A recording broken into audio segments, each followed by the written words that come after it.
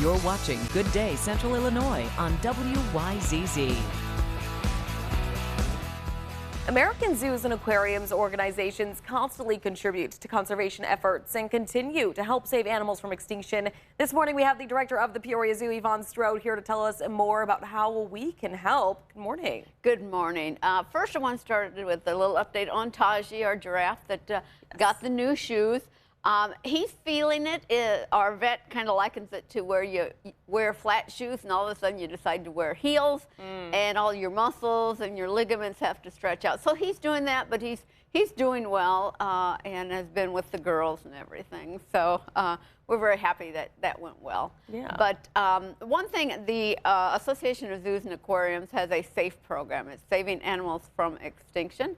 And what they do is pick different groups of animals or animals that we are experts at, and then pull in all the other experts around the country. And one of those efforts is the North American songbird.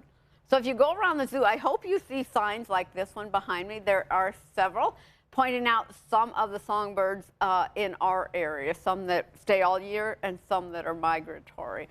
This is the tree swallow, which I absolutely love. There's a nest they build outside my office almost every year, and when the babies are getting fed, you know, there's like 5 mouths out there opening for mom to bring them food, so it's great.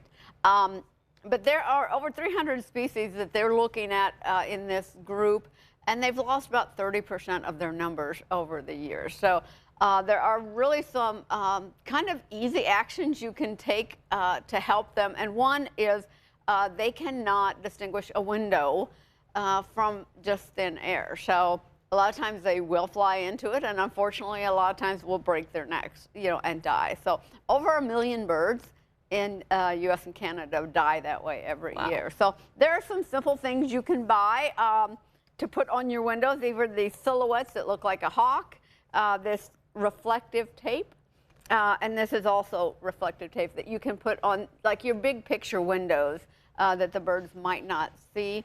Another easy way is just to paint it with like a white shoe polish, especially important this time of year. Migratory birds are coming in, so you may want to paint it, then you can take it off. Then when they go to leave, put it back on again. If you've got cats, love cats, keep them inside. 2.4 billion birds are killed by cats every year that are outside. When my cats go outside, I'm with them all the time, and they're on a leash. You can get those catios, you know, great for the cats, but also great for the birds. If you're a coffee drinker, look for bird-friendly coffee. The way they used to grow coffee is you cut everything down, you grow your coffee in the full sun. Now the bird-friendly people are leaving the habitat for the birds, they're leaving trees up, they're leaving bushes up. They find they can get a good yield of coffee that way, and it's good tasting. So look for that when you go out shopping as well. So simple things you can change, they're going to make a huge impact on these birds. I would have never imagined that your windows and cats can have such a huge impact on the bird population. Yeah. Now, quickly before we go, why is it so important that we make sure that these birds do stay around and we help them, you know, when they get here? Well, certainly, environmentalists know the book Silent Spring, and that is Rachel Carson. She just realized that she wasn't hearing as many birds out there. Tree swallows are great at catching insects that we may not want around. So they're really part of the web of life, and you know, of course, bird lovers go for them. It's great watching them come in every year. Again, when we mess with one part of the ecosystem, we think we're so smart, but we mess with it all that way. So they're just really simple things you can do to help them. You know, get tall grasses. You know, have you ever seen a bird nest on your front lawn? No, but if you've got bushes or tall grasses, you might see birds nesting for you. Right. Now, of course, we want to hear about some quick updates of events going on at the Peoria Zoo as well.